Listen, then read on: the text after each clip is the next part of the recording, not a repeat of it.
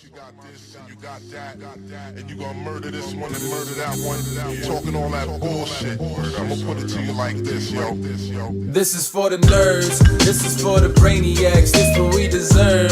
Go ahead and play it back, you ain't gonna touch me, you not gonna do nothing, you are not above me. I bet you wish you was me, I know it, I know.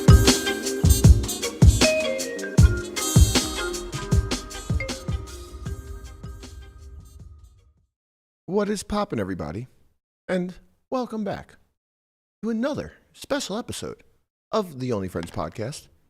Well, you know, it's me and my only friends, which includes, but is not limited to, my sidekick, Matthew Berkey. Thank you, Conrad.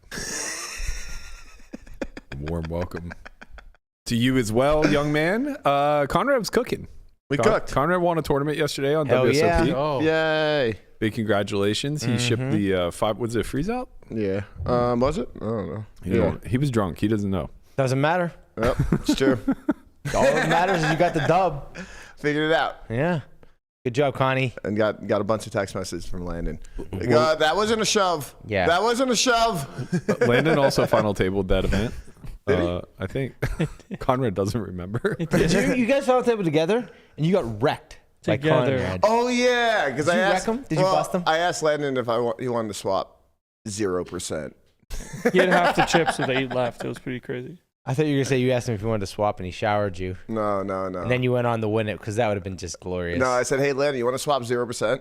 And then he didn't respond. I can't believe you actually. didn't just swap for the guarantee win. That's true. Yeah. That is so stupid. Right. Okay, Hey, you won anyways. What's the difference? It's probably better you didn't swap. More for you. True. Connie, did you shave before or after the tournament? Before. Oh. Yeah, so now you guys are Now all you- fucked. I just realized something. Yeah. You just got to You keep know it, what to just do keep now. it short. And, Never having facial hair again. Yep. That's the Are real you- key. Are you ever cutting your hair again? No. That's the real question. I'll trim it, like Okay, the well, edges. I think you're getting But close. I would never. I'm not cutting it. No? No. Like, it's not going to get, it will never be short. Like if you walked in Never. here like fully shaven and like short hair, I would like, what? Who's that? That's who we met. Yeah, Yeah. no, I First know, walk- right? came out here. Yeah, You look like an upstanding citizen. you Yeah. haven't cut your hair since you moved here, basically. Yeah, that's true. Maybe a couple times, like maybe a couple times in the beginning, and Yeah. then you That's just let how it go. he tricked you, pretending to be an upstanding citizen. For like the first 6 months, I think I cut my hair, and then I did not. Yeah. So it's been growing for like 5 years. Wow. That's a long ass time. Wow. Maybe I'll let mine grow out. You should. You should, Tort. I've been trying. You should grow it out. Oh, just like it'd just be like this giant bald spot, and then just like long hair in the back. You should get the mullet going. It's back, baby. I mean, I think that's the only thing I could do is a mullet. The mullet Like, is there's no- fucking if I grow back. my hair long, I'm just resigned to a mullet. Right. Well, it's back in full force. My sister came out. She's a mullet? She does. She does, and it looks absolutely ridiculous. Berkey goes to me yesterday. She's outside. She walks outside. What the fuck is that? As soon as she got off the plane, I go, "Are you okay?" And she goes, "What?" I go, "What happened to your head?" She goes, "I let Eric cut it." I'm like, "Is it okay?" And then I text my nephew. I go, "What the fuck did you do to your mother's hair?" She goes, "She wanted a mullet." And I go, "I understand, but you as a barber have a certain oath to not give everybody what they want when it's like a bad idea." The Hippocratic Oath, but for barbering. Right. Thou shalt not give That was exactly a woman what a I was mullet. thinking. Yeah. And he goes, "I have a mullet too. It's back." And I'm like, jeez. "This You still got is the porn not stash? okay." You walk into the barber Yeah. shop, they're like, how would you like your haircut? Be like, just make me look like an asshole. I go, "You gave her the Yammer Yager. What the fuck is going on here?" Honestly, Conrad would look great with a mullet. Yeah. With the curls, this would be like 80s style Penguins, Lemieux Yager era mullet. Ronnie Francis, they all had mullets back then, man. Yeah, no, that's not gonna happen. I mean, I think it would look pretty fire. I mean, yeah, You no. get like the waves on the side, you know, because you can do whatever you want once it's shaved. I mean, start the GoFundMe. That's the only way it's happening, man. All right, well, I'm going to go for the Justin Fields haircut. Which, the trim, I don't know what the fuck his hair looks like. Oh no, Yeah. he has braids, right? Yeah. Yeah. You can't. No. oh yeah, he has like the whole sides and the Mhm. shaved off and just like 6 braids. Yeah. Yeah. Yeah. He's I gonna- can't pull that off? No. That would be me. There we go. Oh How did my you find that so fast? Yeah, how did you do that? I work quickly, boys. Oh my Man. good Our tech guy is very Lord. sharp. What a fucking creep. That guy fucks. Yeah, that guy's on a sex offender. Not allowed within 100 yards of an elementary school. for sure. Involuntarily, Holy shit. yeah. Oh man. Should we? Let's not out Guapo. Oh, wait, yeah, just stop. I've had enough for today. Oh, whoa, no. I mean, this is very good content, man. I mean, it was great content. It's great We're late today because we were rebooking Guapo's flights for the WPT cruise. He wants to get there many days early just in case. Never Friday, know, guys. Never We know leave what on can Sunday. happen. I Listen, wanted to get there to on Guapo's Friday. defense, he cares about you guys. He cares Does. about our audience, and he wants to make sure that we have shows while we're on the cruise. Yes. And he does that for you, and he gets shit from Berkey. I come into the studio, and the first thing I say is, hey, guys, no problem. If you guys get there on Saturday morning, you can't get to your Airbnb, and you guys need to put all your stuff somewhere. Hey, I'm coming in a day early. You guys can drop your stuff off with me. Immediately, I get greeted with, well, why are you showing up on Friday? And because I care about all of our equipment and want all of our stuff to get there, if for some reason our stuff gets, I don't know, delayed or left at a layover somewhere, maybe within that 24, 48 hour window, we can still get our stuff, get on the boat, and have all of our things. So apparently that equates to me being a boomer. Okay, he's a boomer. Here's why. Boomer. First of all, I go, Guapo, what time are you leaving Friday? He goes, 1:30. I go, we have a noon show. He goes, we do not any longer. I'm like, okay, that's interesting. And he goes, I can't change my flight. I go, it's 2024. Who did you book through that you can't change your flight? He goes, Spirit. I go, okay, you're fine. He goes, I'm going to call them later today and see if I can get that arranged. I go, please don't call them. Just take your flight information to their site and Don't do whatever you need inconvenience to do. Spirit like that. Or yourself. Like, I don't know why everybody doesn't just book their Expedia. shut up, man. You got dog Lamana like that. That's messed up. Honestly, I learned a lot about my castmates when it came to booking these flights. Yeah. First and foremost, that I give you all you guys shit. But Fine, I'll use Priceline. Priceline negotiator. it's all right. So I learned a lot actually about each and every one of you, and you all have characteristic traits. Lamana and Guapo are for sure not caught up with 2024. You're insane. I know. Listen, you know what a ZK roll-up is? I bet you don't. I don't. Well, I do. That's because this is in the shitcoin streets. That's good. That has nothing to do with shit. I just assumed. Okay. Layer 2s, baby. So I don't know what that means. I asked Lamana like about what flights he was taking. 'Cause, look, they're price sensitive, and that's very fair. They by all means should be. And he was running through all the flights or whatever. And I asked him somehow about like direct versus non-direct or something like that. He goes, I mean, just go to Priceline. It has them all listed. I I'm said like, Expedia. oh, sorry, Expedia. You got it in my head. Earworm. And I'm like, why are you using that? Like, what are you talking about? He goes, it lists all the flights top to bottom. I'm like, so does Google Flights. It's a fucking tab. It's just very quick and easy just to find all the flights, and then you go to the site. And Guapo, I don't know this to be sure, but I'm guessing, are you a minimum 2 hour pre-flight show up type of guy? I like to get there early. I was like 2 hours? 2 days. That's cutting it close. His flight's on Friday. He'll be there Wednesday. Yeah. I mean, you're fortunate to be from Vegas because a trip to the airport here is very short and there isn't much traffic. Where we're from, a lot of variance going to the airport. The airport's probably 40 miles from where we grew up. Yeah, it's at least an hour, maybe an hour and a half. Shut the fuck up. What are you talking about? Why does he say this shit? Like you, okay? You think it's under an hour from Leechburg to the airport? I'll book it right now. Right now, I'll book it right now. Yes or no? You want to book it? What's the airport name? Hold on, I'm not telling you no. Give me under an hour 3. I said an hour 3. Yeah. An hour 3. Yeah. Okay. I mean, you're giving me a pretty tight fucking window here, you know? What's the name of the think it's airport, 40 Brian? minutes. It's Pittsburgh International. Just go from like zip code 15656. I would bet that Landon hasn't booked his flight yet. So that was the other thing I was gonna get at. Yeah. So obviously Lamana is. Don't put Leechburg Road. Make sure you don't do that. Lamana's the boomer, of course, and Guapo is the over cautious traveler. He reminds me of my friend Danielle. When we were traveling like through Australia, there was a point we were going from Sydney to New Zealand, and I am very much, if you know, we have to be there 45 minutes before the flight, I'm getting there 46 minutes It's an before. hour and 4 minutes. Hour and 4 minutes. You can't make that You up. can't make that shit up. That's fucking You perfect. idiot, Berkey.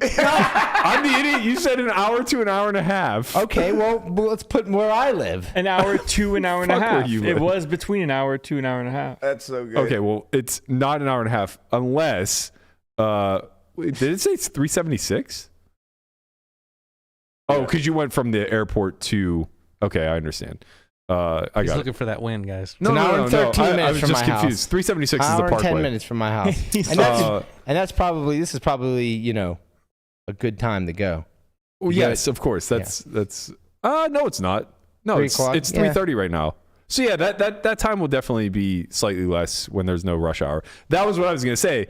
There's a lot of variance because if you leave, say you have, I've missed flights before, like 8 a.m. If you leave during rush hour in the morning, there's literally one way in and one way out of Pittsburgh. And that's fucking it. And it's going to take you twice as long to get there. Same thing afterwards. If you land at like 4 o'clock, 3:30, somewhere along there, you might as well just tack an hour onto your travel time. So there's Try flying out of fucking JFK. right, like same thing. Like these places, there's a ton of variance. It's absurd. in what time or how long it's going to take you to get to the airport. But Vegas is as consistent can It be. really is. It's beautiful. Door to only thing door that is the only 15 thing that minutes. could like fuck you if there's like an accident in like about like a 1 Like mile in the strip. terminal. Literally like a 1 mile strip on the 215. Yeah, so it's like you've been very fortunate with that. You can time what time to leave Vegas pretty well, but like 2 hours is just fucking absurd. I wouldn't even do that for an international flight. When I was flying to Montreal, I got there like an hour and 6 minutes. But before. you're the other extreme. Oh, for sure. You're the other extreme. You'd like to show up to the gate as you can like just get on and leave. I would Like, rather miss a same. flight Right. than spend an Well, you hour have. and a half. You've missed more flights than anybody I know on Earth. No way. There's nobody. How many flights have you missed? It's single digits for sure. I mean, I've 9. changed- It's probably 9. I've changed a lot of flights. Because you missed it. Right? Yeah. You changed it because you would have missed it. Like the only, I will say you're right about the JSX. I take that way too liberally. They're like, yeah, just get here 15 minutes before the flight. And I'm like, well, if they say 15, they mean 9 too. Right. And they don't. They do not mean and 9 minutes. You leave yourself literally zero buffer room for anything to happen. Well, what's happened to me a lot Right? with JSX Like is if you just hit 2 red lights, you missed the flight. But you know, on average, I'm only gonna get 1. So I've missed JSX flights for many reasons. The most common one being is that I either forgot or don't have my ID. yeah, that tracks. And that gets me a lot. I also got pulled over outside of the JSX hangar. yeah, I remember that. This is when I was going to fucking Sacramento to play against Postle. Literally, Yeah. man, if ever there was a chance for me not to get scammed, it was I know. that. Yeah. I missed my 18 minutes. I was right on time, and I got pulled over like yards away from the JSX hangar, and he made sure to keep me long enough to miss my flight. Yeah. Prick. It's funny because I'm like in between probably you and Guapo. Like you are the extreme on one side, he's extreme on the other side, and I'm just right in the middle. where I'm Lamana gets there just enough time to have a beer. right. I get there, I can have a beer. If it's in the morning, maybe a coffee. I'm right in between Coffee, you beer. two. Yeah. Like I leave the house, like an hour before. So this is more of what I learned. I'm listening to Conrad booking his flight, and this motherfucker will take 6 layovers and 13 hours if it saves him $36. No, But, it was not however- 36. It was like 150 first off. However- I'm poor. See, I'm the opposite of that. Same. I don't mind paying up as long as I'm comfortable. Totally with you, Guapo. That's because you guys are just way richer than me. However, Like I would fucking book it too. Like, however, he will spend 5x the cost of the 6 layover flight if it means that he can sit in the aisle, because somehow sitting in the middle or window seat freaks him out. no, like I can't sit in the middle of the window. First of all, I just can't be in like a closed space like that. I need to be like You're in one of- claustrophobic a little bit. maybe. The whole And that- fucking plane is claustrophobic. Well, yeah. Yeah, But I I mean, at least, if you're on the aisle, you're first to get out. There is no middle or fucking. Yeah. Get out and go where? Well, I'm saying if there's No, I like know what you mean. an emergency, like at least like you're not your life's not relying on the two people that Right. are. You want to see an emergency? Put me in the middle of the fucking window. There'll be a fucking medical emergency. See, I'm window guy all the way because I can't do it. because I just like I like rarely have to go to the bathroom on the plane. I just don't. Well, like, you're getting and up people are there, tortoise. Yeah, maybe that prostate's gonna get milked at some it's probably point. gonna get me eventually. Yeah. But I like to just get in, and then I'm in the window, and nobody's disturbing me. Either if I'm on the aisle, then it's like I got to get up 5 times. I'm 'cause with people you. Have to, That's the other thing. or I like to just I'm be with you in unless and- it's an afternoon flight. If it's like call it like noon to 4 p.m. type of flight where I'm probably not going to sleep, Yeah. then I'd rather have the aisle because I'll drink a bunch of pre-workout and have to piss. I just Oh, need okay, something to yeah. do also. So like I think I pee like at least once every 45 minutes on a plane. Okay, I need to get that's up. a lot. I need to get up. I lot. need to like move. Like I just can't. I always feel like I'm inconveniencing everybody if I'm going to the bathroom. Well, that's why I sit in the aisle. I wanna Even inconvenience if I'm in the anyone. aisle, it's Right, just like you know there's what? other people that need to Here's pee. the thing: you are, and I don't want to be that person inconvenienced. That's Right. why I'm in the window. Yeah, that's totally fair. And what I learned about Landon is that there's a high probability that he hasn't even considered booking a flight yet. No. Let alone getting money on the boat He so hasn't that he even can been- play events. He hasn't even been paying attention to this entire conversation. I booked 2 weeks ago. Your flight? Oh, Yeah. Oh, shit. No Okay. way. Where are you Kids flying ahead of into? the game. I'm flying into Miami. I got the same flight as Sam and Melissa. Oh, okay. He was coerced into doing it. You land at like 6 a.m. then. Yeah, whatever the red eye is. Okay, yeah. We land at 5 a.m. in Fort Lauderdale. We'll be driving right through. We'll pick your ass up. Mm-hmm. We'll scoop you. But have you gotten money on the boat? No, Okay. Are you planning on doing that? I'll figure that out when I need to. I You can don't use your know. debit card, right? You can use a credit card up to $3K. You can use your debit card, right? I don't It's a credit. know. WAPO Yeah. does not own a credit card. I also don't own a credit card, so I would assume yes. You own a credit Oh. card. Okay, well, funny story about that. Brian owns your credit card. I Do you have a have, Southwest card? I do have a Southwest Yeah. card, Brian. I don't physically have a Southwest card, however. I don't know if you physically have to have it to load your Well, thing up. also, for whatever reason, my credit limit is incredibly low. They have me Under at, 3K? it's 4K, and it just got bumped up, Yeah. which is strange because That's because you don't have any other credit cards. You're not building any credit. no, my credit's in the 800s. No, that doesn't matter. Your Okay. credit score doesn't. I mean, your credit score matters, but like if you're not actively using your credit card, card, yeah. Oh and no, I using, max it out every month, and I pay it on time every month yeah, because I just have it auto pay my bills. right. But what I'm saying is that like I think if you just have one card and you're not like building up other, like if it looks in like your credit limit is 4K, then it's going to take a long time to get it. Where if you have like 4 cards that are 4K, then they'll all go up quicker. Yeah, I've had a bunch of credit in the past. I don't think that's what it is. It's usually you have some allotted like amount of credit. So like I have a car loan, for instance, Right. or a lease, whatever. Yeah, that counts. Right, that Right. counts. And my gap in the lease is very large. Oh. Right, it's like 60K or something like that over the Okay. next 3 Yeah. years. Yeah. So that's a large chunk of Right. where my credit is Yeah, that being makes allotted. sense. And my mortgage, like that gap is large. Oh, you do have that too. Yeah. So yeah, like whatever. Fuck the credit cards. I don't need them. I mean, the only thing if I wanted to game the point system, I think I would like do it right and get like an Amex or one of the ones that you pay a small membership to and you get massive amounts of points. But Yeah. I should do that so I can fly. Fly for free. It's not even, I don't care about flying for free. I just want to fly mint for free. Yeah. I need Just these upgrades. laydowns, man. Like, give me the Yeah, bed. I was gonna say JetBlue. I'm sure they have a card, Yeah, probably. right? Yeah. Oh man, I fucked up so bad when I took out my credit or my Southwest card last year. I got a ton of points with it, Mm-hmm. and you automatically get upgraded to A Select, I think, Mm-hmm. which means that you don't need to book early bird. You'll always you're be first on the plane. Yeah. you're not first on the plane, but you always First get section. Group A. Yeah. But what I didn't realize is I also flew enough to get a companion pass. So Wow. I could have taken anybody for free all year long on my Southwest flights. Had no idea. Really? That's Yeah. crazy. I mean, you have to like state who it is, so it's only one person. I can't just like rotate. Yeah. You just get to pick a person to go on the same flights as you for free. Yeah. And that Last year would have been the year to just travel the Midwest and fucking go grind MTTs. Yeah. Just take you or Connie with me, companion pass. This year it'll be Pip. We're just going to LA. Pip is that person. That's true. Oh yeah, I should have flown Southwest. Well, I guess Southwest it LA wouldn't is matter. pretty sick actually, because like it's not JSX, but at the same time it's like $60 round trip for just like 30-minute flights. Yeah. And it's the same thing. Like you go, you sit down, like you get your seat, and the plane's not even filled. The only annoying thing is security. Takes 2 seconds too. I know, but like if you're taking a bunch of cash, it can be a problem. Yeah, it could be, but like you're not taking that much. It takes Yeah, 5 minutes. Regardless, You bring a backpack. At the end of the day, I'm definitely not taking advantage of having the ability. Lynn can help you with that. I'm sure she could. I just don't care. What a riveting start to this podcast. Man. What a great fucking Monday. So good. We didn't even talk about all of I Pirates, was just about. We're not going to Steelers, talk about the Pirates, Queen. Brian. Ace Queen. O'Neal Cruz hit another 2 It's home runs not today. even opening day yet. Oh my God. Relax. Well, but we're talking about the Steelers, which don't Way different, bro. They're Why is it making fucking moves. So are the Steelers. So are the Pirates. Conrad said he's not even going to bet against them this year. I said if they get Fields, I'm not. Actually, I wouldn't bet against Wilson either.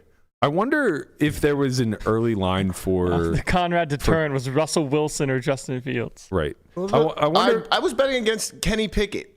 Kenny Pickett sucks. That defense is really fucking good, though. That's fair. They Kenny Pickett. won 9 fucking games by like some turnover in the fourth quarter. We wanted Kenny Pickett to be a thing. Mason so Rudolph we was cooking. You guys hate on bro. No, Rudolph stinks. You had 35 points because of him. Who gives a shit? You've You've never scored that many points in your life. If he played an entire season, he would be exposed. yeah, Maybe. he would be very bad. For being the GOAT. No. You'd be Put CJ up Stroud. Tom Brady numbers. Yeah. They'd be exposed, all right, by fucking Myles Garrett. Head Bonks. clean Yeah, off. his scalp. Like you forget that he had his chance to start in Pittsburgh many times and was not fucking good. He just lost healed. his job to Duck Hodges. Oh, Like, let's not forget. He Duck had a healed. good game. Duck was good. Duck had a Duck good. could have been the future. No, he couldn't have. Could have been a He's- champion. He is currently a trophy wife for, I think, a country music star. What a GOAT. I want to know what Mason Rudolph said to Myles Garrett that he took off his helmet. The rumor was Right. he dropped an N-bomb. It had to be, right? But everybody on Pittsburgh swears that wasn't the case, and then Myles Garrett. Honestly, it's weird because, like, at the time, I thought very poorly of Myles Garrett, and I thought he was just like the worst, like kind of like Burfett, Perfect. Burfett. for Yeah, Cincinnati, yeah. Man, when Juju fucking took his head off, I was like, yeah, that guy had it coming for sure. Perfect was a dog. But it seems as though in recent years, like Myles Garrett's been known to be like kind of a good competitor, and maybe He's Mason, a good guy. maybe Yeah. Mason said a little something out of pocket. I don't know. When I was doing You swing a fucking helmet at a dude's head. You're going away for manslaughter. Dude, I was watching. I was making the Take a Beat editing or whatever, and I was putting that clip on there. And watching the fucking Steelers pounce on Garrett was one of the funniest things ever. They just start kicking him in the head yeah. and shit. Yeah, they didn't fuck around. I was like, I mean, that's what's gonna happen, right? And think they did that for an idiot like fucking Rudolph. Imagine what they're going to do for Fields. Maybe not Russ. They might just let Russ get cooked. What is the deal here? I've been hearing conflicting things. I heard that Russ is. They're saying he's got the starting job. Yeah, he does. I've heard that as well. So there's a few things at play here. One, Fields' option is due, I think, in 6 days. So the Steelers are going to have to make a decision on whether or not they pick up the second-year option. I'm guessing they're not going to. Wait, they have to decide now? Yes. Wow. But I think that's good for them, not for well. I'm pretty sure that the Steelers picked up Fields to sign him to a long-term contract. You would Yeah, think, perhaps, yeah. but- if he works But his out, second-year option is almost $26 million. So barring him like taking over the starting job and leading them to a playoff run, I don't think that he's going to negotiate higher than that. It's his third year, though, right? Or fourth? It's not a second. Or sorry, did I say second-year option? Yeah. Sorry, it's his fifth-year option, Fifth year, or yeah. whatever expires at the end of a rookie contract. Yeah. Fourth or fifth-year option. But in any event, my point is that I don't think that, like, again, barring him like beating Russ out for the starting job, winning 13 games plus the playoffs, I don't think that he's going to negotiate a better deal than $25 million. So they're probably just going to pass on the option now and gamble that they can sign him for cheaper next year, especially considering that like no one wanted him like that desperately. Now there are confirmed statements that the Bears were offered more for him than what the Steelers gave him. They didn't want to send him to a shitty spot. Correct. Which is fucking dope. Yeah, that is so cool. They said they wanted to do right by him, and they gave him the best opportunity to go play, compete, and win. Yeah. So I don't know who the other teams were. I assume it was some off that short list that we spoke about. You know, some of these down bad squads. There's also a deal in the trade. I think so it's a 6th-round pick, but it could be a 4th-round pick depending on playing time if he gets, for Fields. So if Russ is working out, they're like, maybe we'll just let Russ cook and save save on the I think it'll be a competition, but my expectation would be that Russ will start, and barring a really slow start, will probably be their number one for most of the season. It's like, hey, if you're doing good, you just stick around. So but if you're not, we have a backup option. I'm pretty sure that they're gonna let Russ try to cook no matter what. Like Justin Fields is. Well, not no matter what. If they start off like 3-4, he's out. Bro, they will not have a losing fucking record. Right, so not after upgrading the position sorry. that's plagued them. For at least for the first 8 games. Definitely the first half of the season that Fields will have no shot at being on the field. I think he'll be on the field game 1, but I just thinking like special packages. Really? It wouldn't be a bad idea to utilize him, right? Yeah, I mean, I'm pretty confident like he'll take some very talented. He'll take some number 1 reps anyway, just because like obviously if they're planning on him being a part of the future, they're going to want to have him prepped. But he's such a threat with his legs that they'll go back to and Artie Smith, like he's such a run heavy first type of player anyway. Like they're going to work in some wildcat packages. Yeah, I was going to say they're going to have some pretty cool packages with him. With Jalen, imagine a backfield where they bring out both Jalen and Najee and then run the wildcat with Fields. It's like, what are you going to do? Who are you going to cover? And they're going to be able to throw off of that too. So like, yeah, I expect that he will be in there. I'm excited, man. I wonder what the Steelers to win a Super Bowl is. I don't know, but probably pretty good. I should have. It's great because I have a lot of like year-over-year bets against Cincinnati and Cleveland fans, and when we upgrade like this, it only helps me. But I've gotten a price the last 2 years. Yeah. Against Cleveland and against Cincy, and I'm just cashing in, baby. Just fucking cashing in. Somehow I faded the year that Cincy went to the Super Bowl, and then the last 2 years just boom, boom. Well. Didn't Cleveland finish? Cleveland finished ahead of Steelers this year. Yeah, I paid that one out. Yeah, you're right. But I was getting laid 1.5 to 1. Okay, so it's okay. Yeah, it was only by a game and a half, something like that. I don't know. He only lost, but not that much. So how bad can it be? Yeah. The EV was good. Wow, the EV was good. For Steelers sure. are plus 5,000 to win the Super Bowl. 50 to 1. Let's get on it. Oh my God, let's get on it. Is this another Secret Santa where he goes to the South Point and gets you a parlay again? Yeah. No, I'll accept it. I got to keep this. Bro, one. I will accept it. That's. I like this. I gotta tell you, next year. I've never been less high on the Steelers than hearing Conrad being all in on them. I know. God damn it, man. He's not all in. He's just partially in. No, I'm a big fan of Fields. I'm a huge fan of. I'm not even gonna get my slap bet this year. And Russell Wilson, man, he played good last year. Like he didn't play that bad. Like I agree. Denver Such fucking a cringe sucks, human. and he's the cringiest human in the world. Who cares? But As long as he's producing on the field. Here we go. Is that it now? It might be. Here we go. He ended his first interview with "Here we go," but like clearly somebody just like told him that's the Pittsburgh catchphrase or whatever, and his intonation was just way fucking off. Here we go. Yes, exactly. It's like Mario. It fits so well with his cringiness. I know. Is this the thing? Is Pip gonna be on here every day? Until she's too big to sit in my lap, she will be here. She's yawning. She's sleepy. Oh, she wants to play now. She's getting up. This is the first time I've ever seen her pant. She's so happy. What a pretty girl. Say hi, Pipper. Hi, Pipper. She's so pretty, man. Kill every intruder. Her colors are just amazing. I know. Choco Pup. Yeah. Choco, yeah. Count Chocula. Big zoom behind the microphone. All right, let's get to a little bit of poker stuff. We had a fun little weekend. A lot of poker being played. A lot of stream poker going on. The Lodge ran a couple big cash games. Bally was back yesterday with a 1-2 game. A lot of tanking. Yeah, a lot of tanking going on. And in Thunder Valley, Savage got his new structure out. Savage average. Ran the Savage average. I guess that's ending today. I think that there were 10 left. 10 left? Okay. Yeah, Pretty so sure. unofficial final table.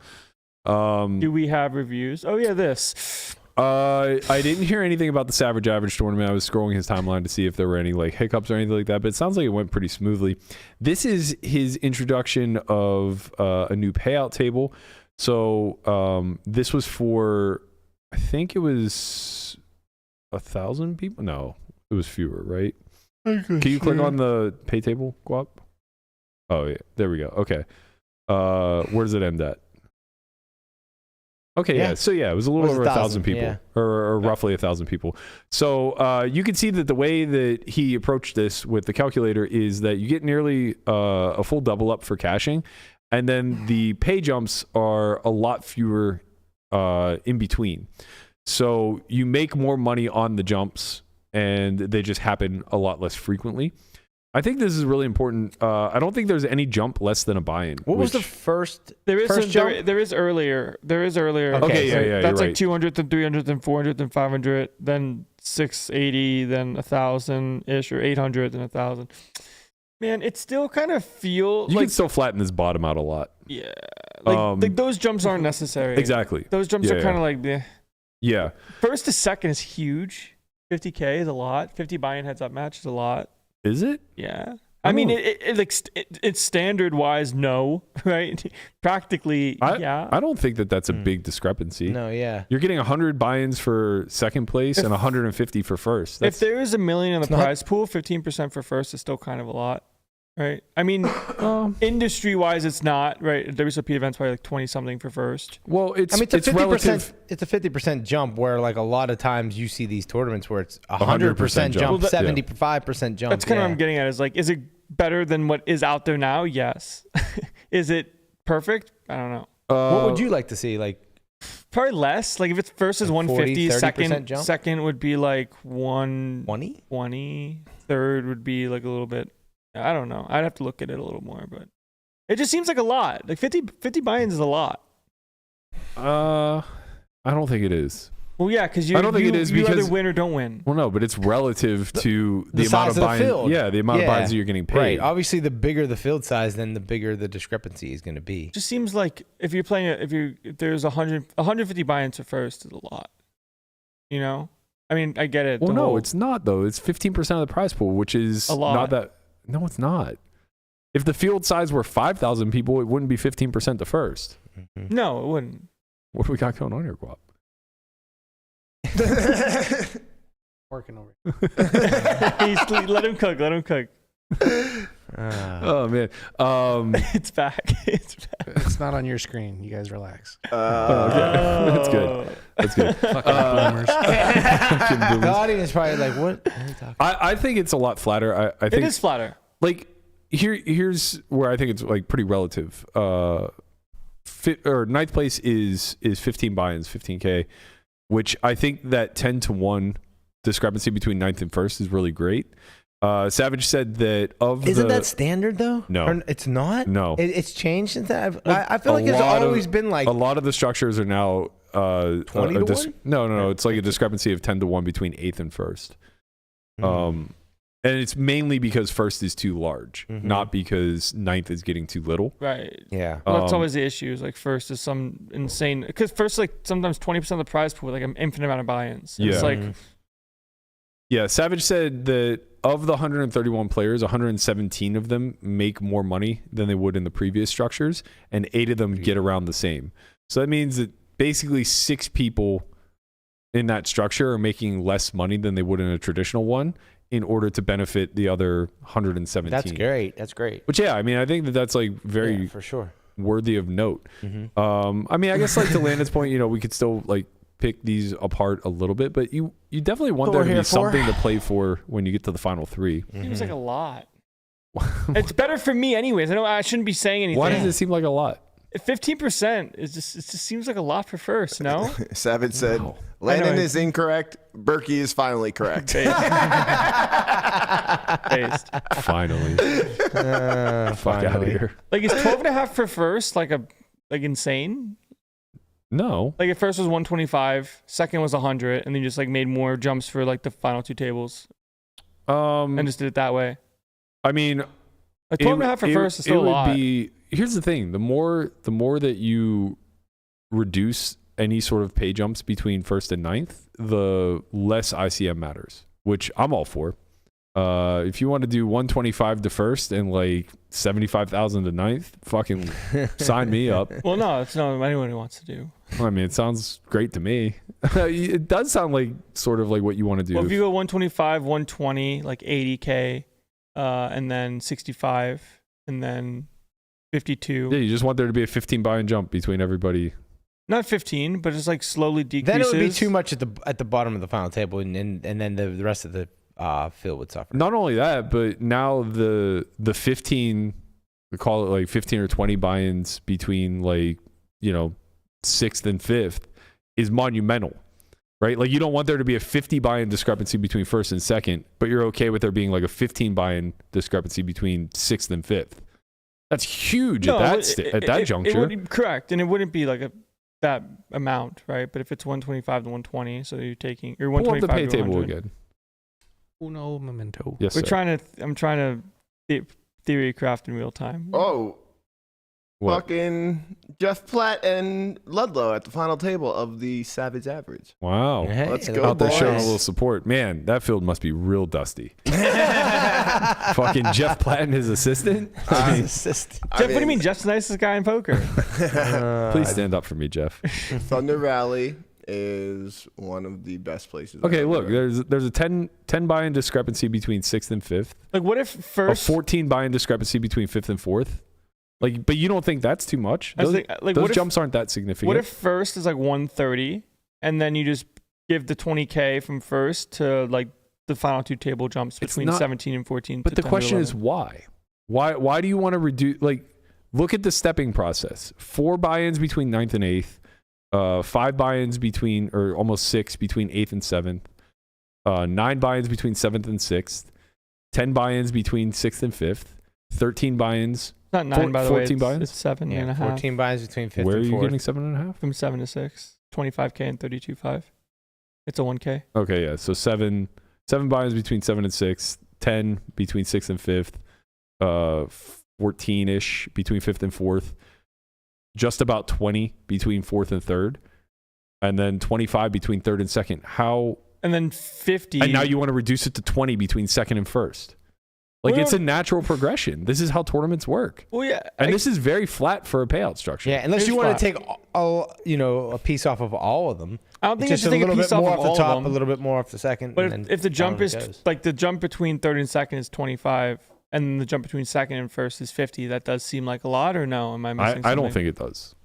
Like, I would see this structure as being like very fair and approaching very flat. Like, imagine the main event was 10 million to first. What was it this year? 10, It was 12? 12.1. Okay, so 12.1 million to God. first, and then Second was 6 million. right, but instead it's now 9.5. That's For pretty- first? for second. Oh. But then where does all That would the have been pretty reasonable. Sure. You're missing my point. Like, that's a 50% jump. That's a lot more reasonable. Nobody would complain about 12 and 9. 12 and 6 is egregious. 12 and 6 is a lot. 12 and 9 is not that big of a deal. I think this is a great payout structure. Obviously, Landon thinks it's average. Based. No, I think it's good. I just think that like the difference between I don't know if I'm missing something here between a jump of 25 to 3rd and 2nd and then 50 from 2nd to 1st. It just seems like kind of a lot, right? Because like if you just change the jump from 50 to 37.5 or whatever, that would make sense to me. Like an 150% increase. Yeah. And then you just move the top down to the final two tables. Like you don't touch the final table payouts, you just move it down to final two. Yeah. I Or mean, like it's not like it's not this huge deal. I mean, you know? certainly would reduce the need for chops, which I think is great. That's good. Mhm. And honestly, like maybe that's a good way for tournament directors to kind of look at it. Is what would be a reasonable way? Like if you were to facilitate a final 3 chop, but they had to leave, call it 10 buy-ins to play for, something along those lines, or 30 buy-ins to play for, something like that. I mean, I'm taking that over the WSOP Millie mystery bounty structure, where first was $1 million and second was $500K. Well, yeah, of That was course. nuts. That's what I'm saying is like if you look at like the way a chop would be structured, if you forced money to be left to play for, what would the agreed upon discrepancy between the places be? And maybe it is something a lot more consistent. Maybe it just does become a flat percentage between each place. Like the difference between 9th and 8th is going to be, 18%. And then 8 and 7 would be still 18%. Like you just like that would truly be flat. But I don't know what that does to the poker economics. Like I haven't looked enough into like how these tables would shape up. I'm just spitballing off the top of my head. I do think that like Savage is doing something that nobody else seems to give a shit about, which is problematic in that he's actually examining that we are putting too much money in one person's hands. Right. And I think that that's something that's really notable because for whatever reason, most TDs don't seem to care about that. They're just very happy to facilitate a traditional structure. Which is just made up randomly based off of whatever people wanted to do. It's not necessarily that it's random, but it's like, I think initially it was born off of wanting a gaudy number to first and trying to market that. And then, well, that's the thing is you try to figure out what first place was and then work around it. Yeah. Instead of looking at the whole thing. Right. It's like, oh, first is $1 million. How do we make second make sense? Right. And like, look, that's, even being said, there's a lot of events at the WSOP where the fields are so large, it's only 8% to first. But when they do 8% to first and then 4% to second, it's just like, what are we doing here? Right. You know what I mean? Like, I understand that in the field, the special events, right? Like when you play the Millionaire Maker, they know they're going to make sure that it's $1 million to first. And everyone knows that. And then it's like, okay, you just accept that you're going to have a big jump between first and second. The problem is when they make it 1.6 to first and then second place, force it to be $1 million. And now third place is like 450K. Right. No, right, exactly. They shouldn't just because they ended up getting. They blow the prize pool out of the water every year. Right. Well, if that's the case, then you shouldn't need to adjust it. Right, because you should have that hard cap. Mm-hmm. It should be almost regardless of how big the field size is. First is $1 million. Yeah. Because now you're able to spread that money out. Right. Now it's very meaningful to get like 24th. Yeah, it's Millionaire Maker. Just make it $1 million. But they make two places $1 million, I think, because they're like they can't. That's what I'm saying. Right. So it's like now the actual jump between first and second wasn't terrible. It was maybe like 1.5 to $1 million, which that's still a fucking lot. It's huge. But now the massive jump becomes between like it's second. 500 buy-ins. Exactly. No, that's not that many. Less, but yeah, it's like 30. Now it becomes like the difference between like second and third, and third and fourth. Like those gaps become huge, and that's. I don't know. I mean, for me, it's like problematic for a couple reasons. Like one, whenever you're running these structures at the final table, you don't really want there to be this race for third, where the ICM bubble is so massive between like 8th and 4th that you just stall play altogether, right? And that's kind of like what we saw in the main event, where it was like there was this real big ramp up at the final 9 or 10, I can't remember when they consolidated, because like the jumps were insignificant until you got to like 5th. Yeah.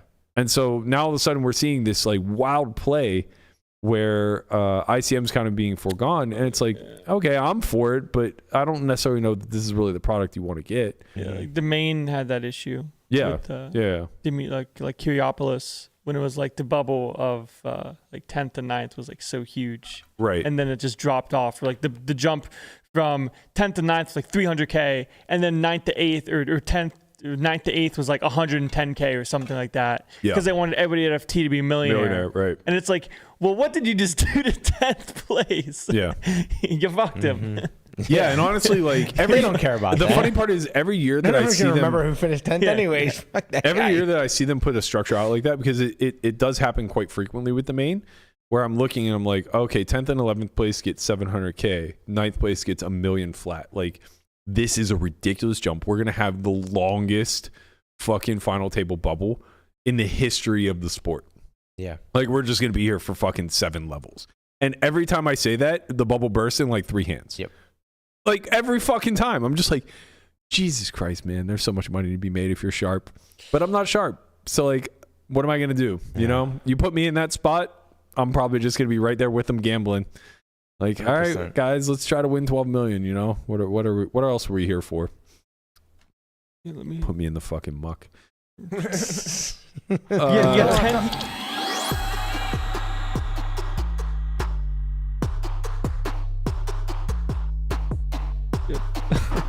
Yeah, there it is. I just wanted to look at the pay jumps, and in the main that Kurai won, 10th and 11th place were 585K, and then 9th place was $1 million. Sure. And then 8th place was 1.1 million. You guys just gotta stop fucking disrespecting the golden ratio. I was like, wait, what is that? Stop disrespecting the muck. The actual golden ratio is the size of your forearm with relation to your cock. It's like 1.8 to 1. What the fuck? There's always that line. Talking about? Some people tiptoe. So we have a hand for the muck today, Brian. Yeah. And you just step right over that. Fucker. So that's what I get to do as the host. So we got a gentleman in the muck. I think it's a gentleman. It's Judgmental Taco. Taco, yeah, that's a great name. So God, Taco, we're so racist that we thought this was guapa. That's true. They're playing. So the replayer doesn't have it exactly correct, but just to know that they're playing 5, 10, 20, and Taco is in the small blind, and he makes it 60, and the big blind folds, and then the villain calls in the straddle. So Taco has ace, queen of diamonds, and the flop comes down 8 of diamonds, 5 of diamonds, 4 of spades. Taco decides to check. Villain bets 40, which is 1/3 pot, into 120. He's met with a call. Turn is the queen of spades, putting 2 spades, 2 diamonds out there. Taco again checks. Villain now overbets 150% pot, so 300 into 200. And he's met with another call. And the river is an ace. So now Taco backdoors 2 pair, and it's the ace of spades, bringing the backdoor flush as well. Taco decides to check again, and now he's met with a 2x pot shove of 1,600 into 800. And Taco's question is, just pay? Question mark. So what do you guys think? All right, I think there's a lot to discuss here, as there always is when we're in the muck. I think we're in the muck because we just have a hand that's worth 0 on the end. Right. But feels like it may be worth more, or it may be worth less, depending upon how our opponents approach the spot. And I think that that's just accurate. Like, generally speaking, when you have a bluff catcher that's worth 0 EV, it really comes down to your opponent. How capable are they of having bluffs? How capable are they of making pretty large errors here? My instinct is that this is probably a scenario that's a bit overbluffed in a blind versus blind type of single raise pot. I think the fact that it's live compared to online as well. Like, I think online you're gonna see the bluff come through more often. So live things are under bluffed. So that's generally I would say they're under bluffed. Yes, but I think that the line work of imposition here is very crisp. So I think these sizings are really sharp. He goes close to Geo on turn, betting 150% pot. I think like Geo is like 165 or something like that. And then he hits the overbet on the river, which is going to be really low frequency. But because it's the backdoor spades and not the front door diamonds, you're going to see it more often. A lot of his 2-barrel bluffs are going to contain these spades, which are now going to fill. Taco's not going to have a lot in the way of spades. His spades are mostly going to be whatever 8x suited he opened pre, especially with the queen of spades on the turn. Like, he doesn't really have king queen of spades in this line work any longer. So whatever 8x of spades, 7x of spades he possesses are going to be really his only flushes. Imposition is going to have a lot more, allows him to polarize, et cetera, et cetera. So with that being said, it's like, okay, yeah, sure, we have better hands to kind of quote unquote call with here. We have flushes, we have sets. 5-6 of spades is in there too, yeah. Yeah, 5-6 of spades, 8-7 of spades, 7-6 of spades, slow played. We're going to see it some frequency. But the thing is, too, there isn't a big difference between ace queen of diamonds and queens. There isn't a big difference here between ace queen of diamonds and aces. Because they're not really valuing worse, right? Like, I guess maybe we could see a pretty optimistic jam here with 8s, 5s, or 4s, but it seems unlikely. I think those hands are just going to have a different size on the backdoor spade river. Because you're targeting a different portion of their range. Correct. Yeah.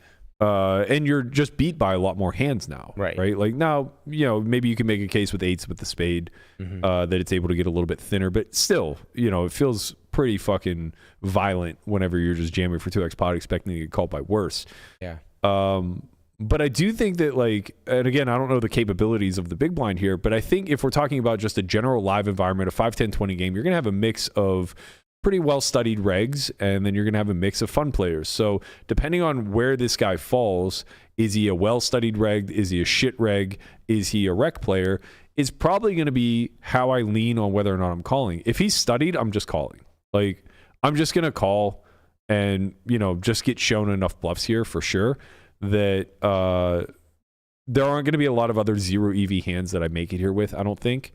Just because against the studied reg, like, I'm probably going to take all like different lines throughout the course of this that will make it difficult for me to arrive here with like a lot of 8x with a spade, right? Which I don't even know if we can even have anything like that. I'm trying to think like what our 1 spade hands are, like kings with a spade.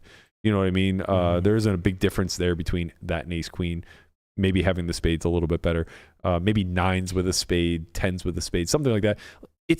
I'm probably just going to take a different line against a good player where I just don't get there often enough to start folding this type of hand. And I'm just probably not going to have any other ace queen, right? Maybe I have a little bit ace queen, ace of diamond, but that's probably it, So again, like if I have a set of aces, if I have a set of queens, if I have ace queen, I'm probably just going to pay a good player. If it's a shit reg, I'm probably just going to like pure fold. Because this line is too crisp, and for a shit reg to find these sizings, I think they're just nutted. So I think you're just going to see like 6, 7 of spades a lot. I think you're just going to see like 9, 10 of spades, jack 10 of spades, hands that are like very, very natural 2-barrel bluffs on the turn that just like arrive. It's like, oh, hello. I've noticed I feel that like the jack 10 of spades is probably going to take a little more of a passive line against a shit reg. Wait, no, I'm saying if he's the shit reg. Right. If the person betting is the shit reg. Yeah, I think he takes a more passive line on the turn. Oh, I don't. I mean, this is just his board. If not Jack 10, then what? Right. Yeah. A lot of times, like I think he takes a more passive line with like 8, 7 of spades. I'll see somebody like, wow, they're playing this hand really well. Like, like I'm watching like, oh, that's a good size. That's a good size. And then they roll their hand over and they just have it. And it's just like, oh, okay. Well, yeah, it's easy when you just have the hand. Right. You're not finding the spots. And you notice that a lot against, like you said, shit regs or, not so studied players. Yeah. And then if it's a rec, I think I go back to calling a lot. Yeah. Maybe less. I might call less against a recreational. Depends on what kind of recreational. Right. You know what and I mean? I might call less against a recreational than I would a studied player, just because I think that they're more apt to bluff diamonds, like the recreational. So now maybe having ace queen of diamonds isn't quite so good. Having the ace of diamonds probably doesn't matter that much, but having the queen of diamonds, maybe it just doesn't matter that much because you make pairs, right? They're probably not turning a pair plus diamond. So maybe, I don't know, maybe I do just pay a recreational quite frequently, but I also probably would like check raise the turn against a recreational a lot. Against an overbet. Yeah, because they merge too often. They have the 8-7 of spades, right? Where I don't think a shit reg or a good player really has the 8-7 of spades that often for the overbet. I don't think we're ever going to see an overbet with 8-7 spades from a rec here. Yeah, I strongly disagree. I think that the number one trait of recreationals when they're overbetting is they're too mergy. I mean, recreationals don't overbet in the first place. Yeah, that's my point. Probably do that. Well, they do in environments where they see overbets a lot. Matt, when you say mergy, can you explain that? Hands that are like middle equity hands that don't want to be all in, but also can never fold. Bobby Zoom rack versus 2-5 rack. Like they just think this like is a 5-10-20 game, right? So it's different. They just think like, oh, I backdoor to flush. It's a disguised hand. I'll go for it. A flush draw. I'm saying on turn. Oh, on turn. I'm saying on turn. They're too merging. Right. Sorry. Yeah. Right. They just they look at 8-7 of spades and say this hand has so much equity. I don't care what happens. Right. So they bet like but they do care. Like they have king queen, and they're like, oh, I have a queen now. I'm gonna overbet, protect my hand. Where in theory you don't want to do that because your hand doesn't fit into the 2-pair plus category. Exactly. It's the wrong bucket. And if for you're that type wrong, of you board. have a flush draw. How bad can it be? Yeah. Exactly. So you're it's kind of hedging, but also good, and like because they're gonna probably overbet and then pay. Well, it's the type. Yeah, it's the type of error where it's blatant if you are privy to it. Like, so if I know that you're making those mistakes, I can punish it. Right? I can punish it by now getting thin with my jams and taking a hand like ace queen of diamonds and just sticking it in, and now you're in a bad spot. But the aspect of it that doesn't really allow for that is if you're unaware about it, or if you're unaware that this is happening, then they just get away with it, right? They're just able to do this at will because they're not wrong. The hand has so much equity that the only real punishment is playing a 5-pot spot with a 1-pair and a combo draw, right? Like you don't want to be calling those hands off really. You want to be blasting them off yourself maybe, or you want to be, playing a little bit more pocket control. Anyway, I think that the spot's really interesting. I think that I would just pay against, like I said, a good player and probably a recreational. Against an average reg that I don't think studies, I'm probably just laying this one down. And I think this is all the way to go about balancing in situations where you don't want to be, like, you personally don't want to, like, I don't want to mix live. I don't really see a reason to. If I just have like pretty strong reads about the character that I'm up against, then that's how I'm going to approach the spot. I'm going to call too often against somebody who I think has a lot of bluffs. And I'm going to call way too infrequently against somebody who I don't think he's capable of bluffing.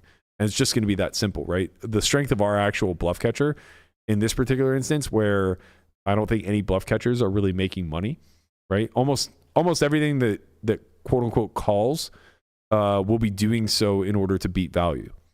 With the exception of hands like this, hands like sets, right? But none of those beat value. So they're all just going to be pretty indifferent. Yes, sets don't even beat value here. Right. So I guess we look at the theory sim first. Small blind versus straddle. First, like we can see that the small blind range that like RFIs. I kind of touched a little bit of the aces and ace king. I just don't think people are going to limp these pre and then like go for some limp sneak attack. Generally speaking, when you're playing a 3-blind game, you don't want to be doing very much completing out of the small. So yeah, so like it just mixed a bunch of like queens. I didn't touch queens. Like maybe some sneak attack trap, but like anyways. So small blind's going to have like negligible amounts of leads. If you have ace queen diamonds, you can lead because you have ace queen diamonds. But whatever.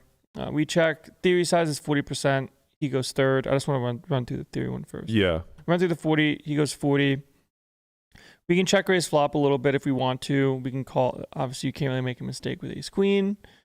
Turns a queen of spades. Pretty good card for us because we check call with a lot of the queens, and he's not really betting much queens himself. So if you want to lead, you can, and like you kind of pure lead, which is pretty cool. Pure lead is fun. We check. Sizing here is 2E, which is 165, and like you just see that we're betting pretty often here, even though it's for pot and a half, a little more. Like 36% is a lot. Yeah, but it's pretty clear that it's all like 2-pair plus from the value side, and then a lot of like gut shotty type of hands. There's a lot of 6x and 7x in there. Yeah, like straight blocks, flush draws.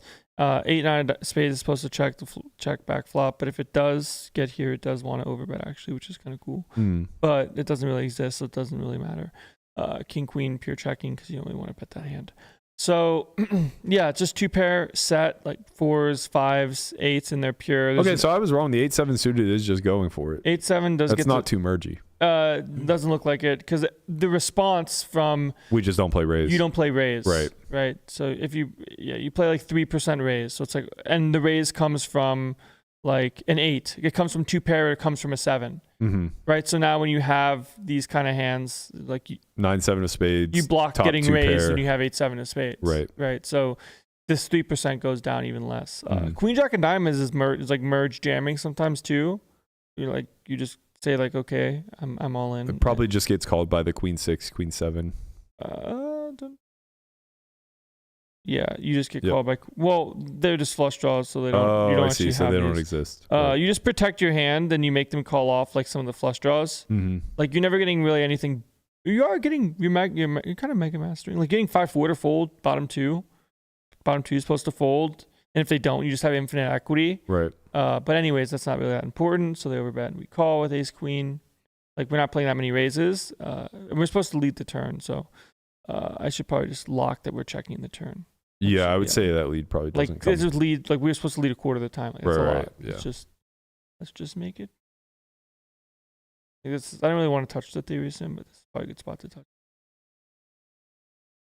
I wouldn't have led the turning game either. It feels kind of weird, but it makes sense. Like they have a lot of hands that check back. We have a lot of queens that hit, so we check. When we check, they're probably going to be a lot more careful with betting. That's still like roughly around the same percent, like 37 versus 35. Still the same hands though. Mm-hmm. So they bet. And we have ace queen, and now we're still not raising because our hand's really good, and we want to protect ourselves on some diamonds sometimes. And it looks like most of our ace X hands like have equity in some form, like whether or not they're over cards to the 8, or just a gutter or a pair, right? Like ace wheel draw, pair plus flush draw. Well, right. The important thing is like none of the hearts or clubs are calling. No, you can't call those because it's too scary. Yeah. We call river ace of spades. So like versus instead of 150, 200, it's 165, 165. But the practice sim over here is fix that for us. Always gets kind of sad when it does it. Be patient. We're on a podcast. Yeah, don't you know this? So they're all in mostly. Like they have kind of the custom size if they want to play custom size, but the custom size for sets, even sets are like mixing jam. I think in practice we can probably just take out like 3 sizes here. It's probably just going to be like an all in or check from them. Yeah. Probably like the difference between pot and all in is 66%. Yeah. You know what I mean? So it's like, what are we really doing here? This is for imposition? This is imposition. Oh, okay. Sorry. Yeah, this is imposition. It's just like no one's splitting 3 sizes and the difference between pot and 166. Like this is probably what the strategy looks like, right? Yeah. So now like they're supposed to check back pocket 4s because it's too thin. Mm-hmm. Like 5s you can bet because 5s beat 4s. And then 8s is kind of scared too, but like is what it is. With the spade, you're just all in because you block the 8x, right? Like 8x of spades. Yeah. So like that's kind of the important takeaway. Like 5, same idea, right? You block 5x of spades. So they're all in, and we're like, holy shit, he went all in, and we're not happy. We're really mad. Yeah, we call half the time. We call sometimes, and you're like, okay, show me kings with a spade and a diamond, like the good suits, because they don't bluff with the king of diamonds. Right. You're like, okay, like you can show me sometimes. And the reason why it says like 0.12, even though it's mixing, is because if it ran all the way down, it would be worth 0. Right. Mm-hmm. But here we are. 8-7, you can see here's a nicer call. Like 8-7 of hearts is still worth something because you block the straights and you unblock all the bluffs they could potentially have. Their bluffs being like king of spades X hands, right? Like king of spades 6 is a really nice one. King of spades 7, same idea. But even 8-7 calls less often than ace queen. 8-7 calls less than ace queen, yeah. Because like you don't beat value, but your cards do well at unblocking the bluffs if they exist. So like wheel draw for them, they always have to go for it. Like you have a straight, you beat sets. Deuce 4 is a pretty interesting one to find a bluff with. And like this is kind of not the issue, but a potential like where it becomes noise, where like if people don't start bluffing off like these like 4 deuce of diamonds, they don't start bluffing like 6-4 diamonds. Like people don't like bluffing these diamonds because they want you to have diamonds. That's the conventional logic. Yeah. But now it's like, well, we don't really know where else to choose from. These ones are also very specific, right? They block bottom set, they block the flop straights. They do, but like 6-4 hearts is checking, right? And it's because you can beat some like Jack 10 of diamonds type of hand, right? I imagine. Yeah. I don't know, because 6-4 of diamonds also beats Jack 10 of diamonds. Mm-hmm.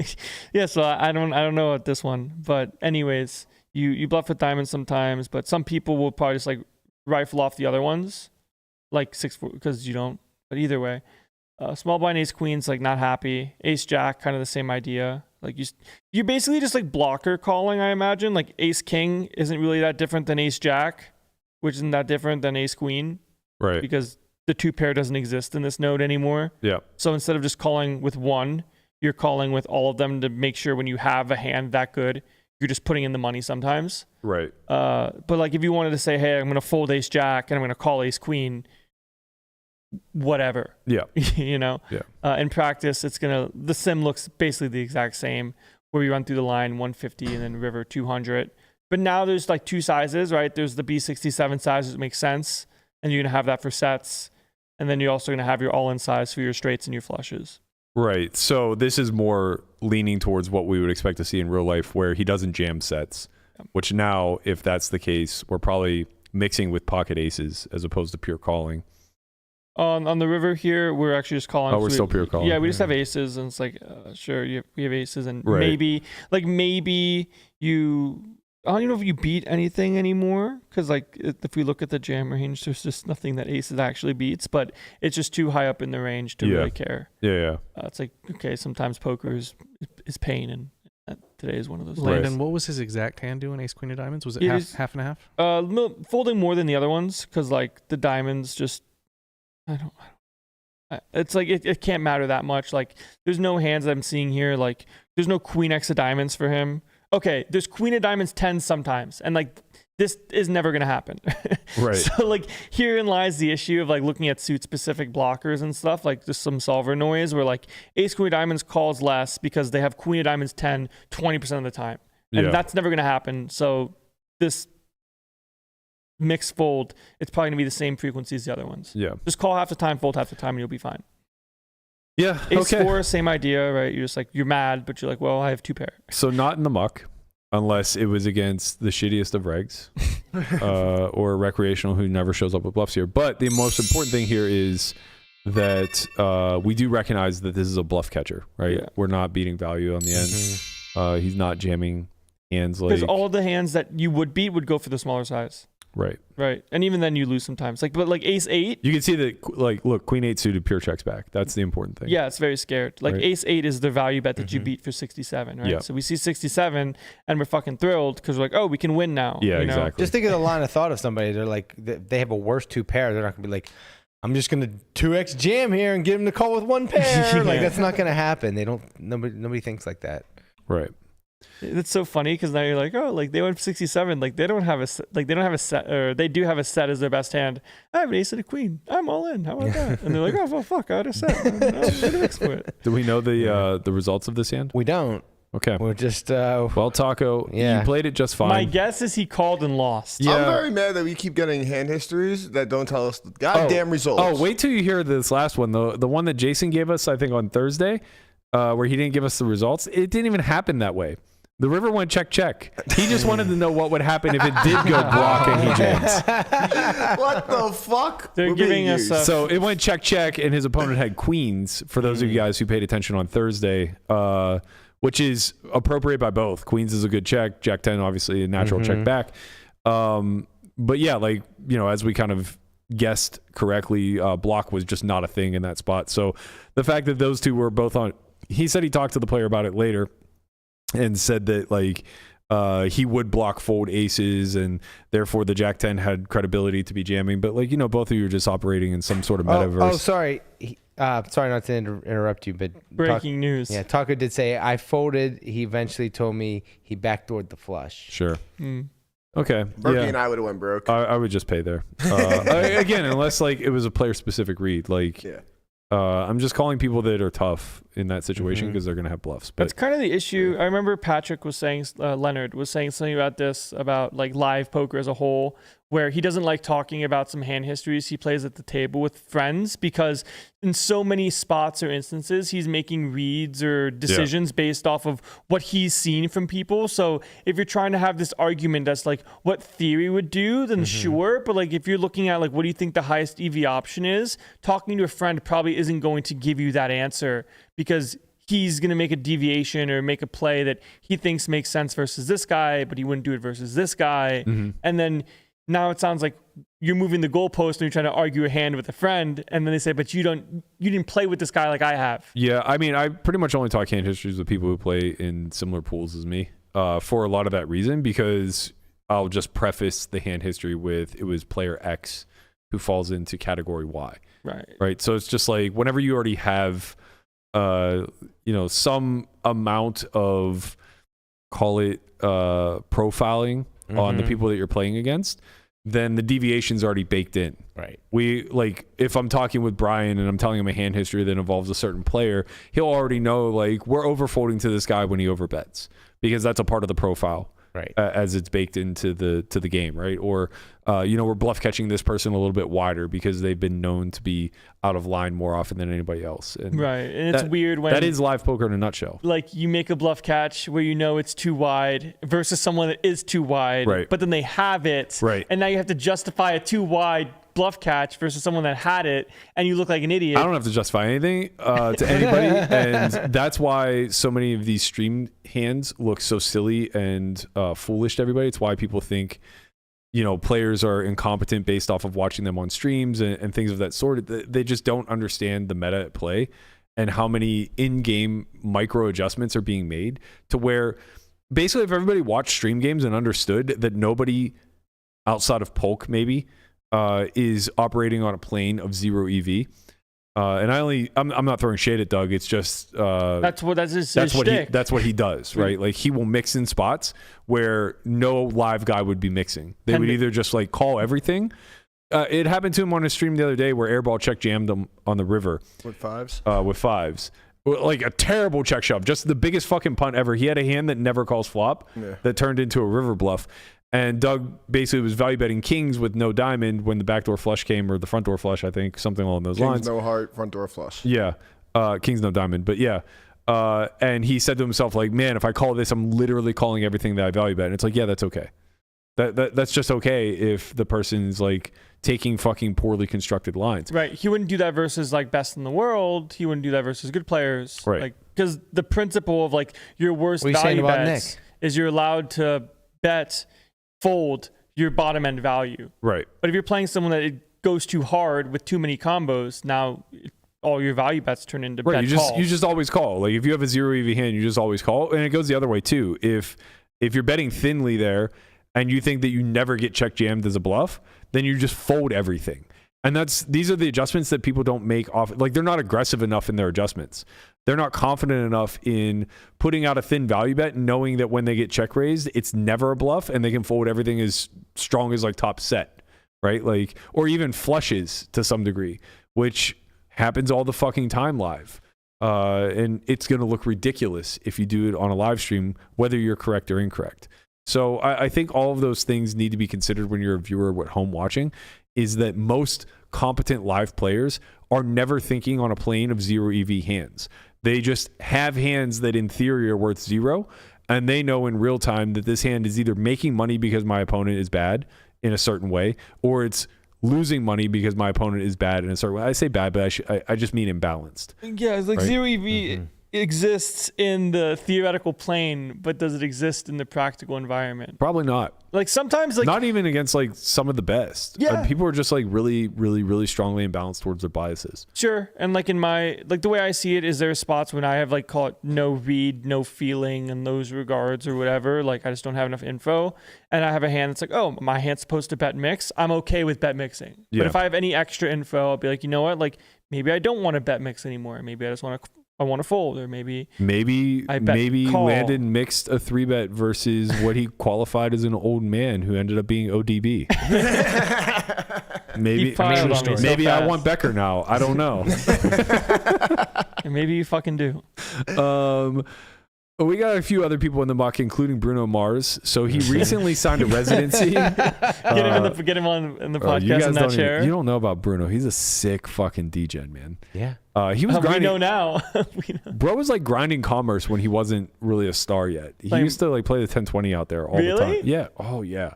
He's a sick gambler, and he plays really high stakes poker. But from the looks of things, that is a fraction of where his gambling losses are coming from.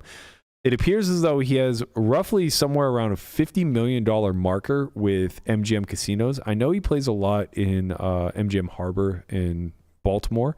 And I believe he just opened a lounge, I think, in Bellagio. It said it in there, yeah. Yeah, I'm pretty sure it's Bellagio. It's one of the MGM properties here in Vegas. At Bellagio, yeah, the Pinky Ring Lounge. Okay, yeah. And I think that he has to do X amount of appearances, concerts, whatever, throughout the course of the year. So it appears as though they signed him, basically he signed his life away in order to gamble.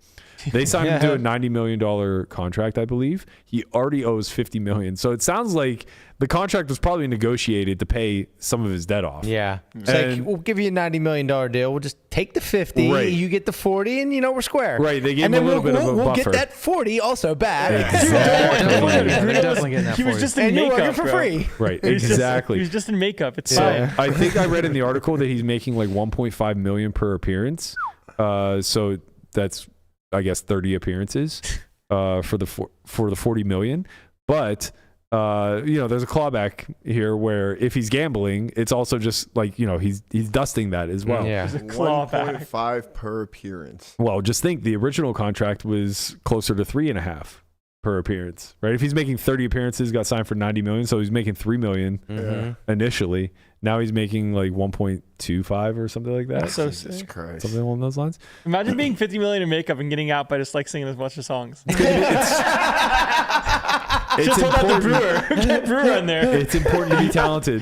Yeah, I That's know. amazing. It's very important to be talented. Bruno Mars featuring Chris Brewer. That's right. Sometimes, that's the way the world works, man. Makeup gets bought and sold by other backers. They get them into softer spots. Maybe a private game here or there pops up, and next thing you know, $5 million vanished. Pretty sick. Love to see it. Also, Interwebs says he's worth 175 million, so a third of his money is that's just wild. gone. Well, not only think about that. If he had Maybe he's, 170, maybe he's worth 225 and now he's worth 175. well, think if he was worth 170 on paper and just immediately inks a $90 million deal, that's fucking impressive. Yeah. Just ink a deal for almost 70% of your net worth. It's hard to say, though. Who knows? He might be worth $500 million. Right. Like it's hard to say. I would have guessed way north of 250 million Yeah. It's pretty sick, though. personally, but I also know that he's like a sicko. Yeah. So I assume You play that with he's him here and there a little bit? I've gotten ghosted by him at least a half a dozen times. Pain. Where Where he's somebody supposed to be in the Sounds game like you and then want to doesn't show play up. Bruno Mars. somebody was organizing a game on his behalf, 300, 600, show up to Aria. We're all there with bells on. He never comes. Yeah. He was doing an appearance. Probably doing an appearance in the Bach Yeah. tables. Yeah. Or in the Somewhere slot else. section, Yeah. somewhere like that. Additionally, in the muck was Airball. Whew. He's still in the muck, I think. Yeah, he might see. You're right. He might still be there. The king of LA, the king of the muck. You know what? King of the tank. You know what I don't understand about these tanks is King of like, the tank. look, I Everything. I get river tanks. Garrett was more notorious for these than anybody else, and I get it. Like, there's a lot to process throughout the course of a hand. Also, if you pride yourself in being able to make some sort of like live reads, being able to pick up on the thing is, and this is the part that I really don't understand, is a lot of the information that you're going to acquire throughout the course of a hand or the amount of information you're going to acquire in order to make a big decision is generally going to be from those earlier streets. Right. So most people that I find that tank on the river don't pay attention prior to the big bet on the river. And then suddenly they become hypersensitive to everything around them. And all they're doing is trying to encourage their subconscious to make a decision for them one way or the other. But there's very little you're going to pick up in minute 3 that you didn't pick up in the first 2 minutes, let alone minute 25. That's what I was going to say. It's just like he's not going to have a eureka moment. Like No. the thing is, I think it's just right It's just because funny like to you, put it that way. you he just doesn't like he's in a spot where he literally has no idea what to do. Source. Right, and he doesn't want to make a decision. And instead of just being like, well, I don't know, flip a coin, whatever, you just waste 20 minutes of everyone's time because you don't want to make your decision. And like that's the crazier part to me is that Am I reading the board wrong? 4-8 is the only hand that beats him, right? 9-8. 9-8. Oh, thank you. I was like, what is going on here? Hey, I'm tired, guys. It's okay. I mean, I think that like you get yourself in these spots where I would actually pay money to, if there were a way to like Neuralink him and just like get a transcript Of what the brain is what running? his thoughts were during that 20 minutes. Because at some point it just has to be You know how like, they say 60% of people like don't have like an inner monologue? Yeah. Well, yeah. Actually, yeah. You might get that Radio Neuralink silence? and it's just The silent static? for 20 Like you hook up some audio to it and all you hear is like a slight whistle. It's just like tumbleweeds blowing by with the good, the Were bad, you the just ugly playing the fiddle? No, that's I don't know. No, the fiddle's what is the fiddle? I don't know what the fiddle is. Did he wait? Did he Yo, pay or Brian did he just brought fold? back his fiddle. Don't. Did he It pay? just happened. No, he folded. He tanked for 20 minutes and folded. He tanked for 20 minutes and folded. I don't think it's an easy fold, but I do think it's a fold. Good fold, sir. Yeah, see, he made the correct decision. Like, The thing is that Tesla is the real wild card here because You gotta pay everybody else at the table like $500, right? you should. But Tesla's like the real wild card here because he just puts in infinite money with not much of a hand. He played a 650K pot yesterday where 300,000 went in on the flop of Queen 7-4 with King Queen. That's a lot. That's a lot. And he got it in versus my man Terrace, who just had kings, had him dead. That is also a lot. Yeah, that's a lot. But like, what are you gonna do, man? You fucking just pay. And he one time does that. Like the money went in so fast, just boom, boom, boom, Just boom, big all in bet, call. big bet, all Yeah, in call. Just big bet, check raise, 3-bet, call, all in, whatever. Don't know. So like, yeah, I mean, I get the impetus behind wanting to pay, but it's really difficult to find because like you need Tesla to be you need Tesla to be bluffing here, right? Like you can presume that he was overvaluing a hand on the turn. So for those who don't know what the action was, because this is 25 minutes long, the turn action went, it checked the Tesla who bet, got called by the third player in the hand. I can't read his name. Stash. He called. Airball check raised to 16,000. Tesla then 3-bet clicked to like 34,000 or 32,000, something like that. Stash, who has the low end of the straight, then cold calls, right? So Stash at a minimum has a set always. Mm-hmm. Tesla, of course, could have like anything ranging from straights to one pair, right? But he probably doesn't have nothing. There just isn't very much nothing. Like maybe exactly 9-10, 8-10. Maybe. Right? If he's capable of having one pair, that makes this more of a call, right? No, because that's the issue. The river puts a one-liner out. So whatever his one pairs were that were suddenly investing way too much goddamn money for 3 bets on the turn and then getting called in 2 spots, those hands aren't suddenly just going to overbet when check to, right? It doesn't make any sense anymore. So I really struggle to find where he's going to pull bluffs from after 3-betting the turn. Like, do I think he could overvalue portions of his range like sets? Sure, until that river card comes. When that river card comes, somebody in this goddamn hand has an 8. Yeah, you were talking about the turn. I apologize. I was thinking about the river. Right, yeah. On the turn, like, for sure he's way too wide for whatever his 3-bet range is. But on the river, when he still chooses to overbet, I think it's going to be really fucking hard for him to have anything worse than a 4, which is a 1-card straight. Oh, so the river was actually a 3, not a 4.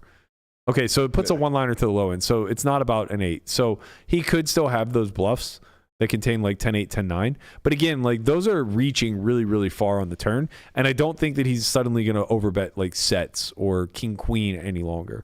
And then moreover, after Stash calls again, sure, he might be in pain with a set and just like decide that Tesla is full of shit and like that. But if anything, Tesla has more 4x than anybody else after 3-betting the turn, right? So if Stash has a set, he has to be concerned now that he's losing to the ass end of the straight. So when he calls, it's pretty clear one of the two of them has a straight. Right? So now you're hoping to chop up the third party, and you have to trust that nobody in this hand has 9-8, which only Tesla really could. But, you know, even wild and crazy players get the nuts sometimes. Mm-hmm. It didn't take me 20 minutes to explain that. There's no way it should take you 20 minutes to deduce that in real time, right? Like, I just feel like Airball's exposing more and more every single day why he is invited to these games. And it's like, there just ain't a whole lot going on upstairs, man. You know? But we should talk about the aspect of it. He's not bad. He's just imbalanced. Yeah, he's imbalanced. Sorry. We should talk about the aspect of it going so long that Doug had to come out of the booth and call clock. Because I actually think that there's a bit of a misconception around this. So I think people think that long tanks like this will harm the integrity of the stream for the duration of the stream, or that somehow it implies that somebody in the back room has information that they can. That's not what's happening here. So this is very similar to like a tank online if you're Twitch streaming, right? If you have your delay set too short, then somebody can stream snipe you. But they can only do it the one time, and then they have to do it again in excess, right? Because the tank will still be aired, right? So what Doug was fearful of was that it would catch up in real time. That it would catch up in real time, and that perfect information would then be out in the ether for everybody to have. Right. Which, you know, it's not going to be... The hand's still live, and now you're seeing what's happening. It's not going to be easy to relay it to Airball, but now suddenly your security has been breached for this tiny little window of time. Yeah. So he prevented that correctly so by going out and calling the clock.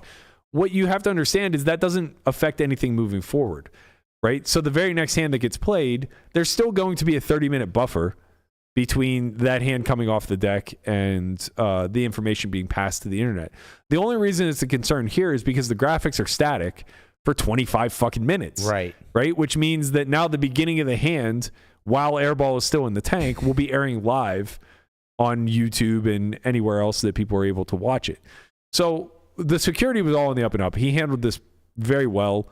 It was important for him to take care of it for an integrity reason.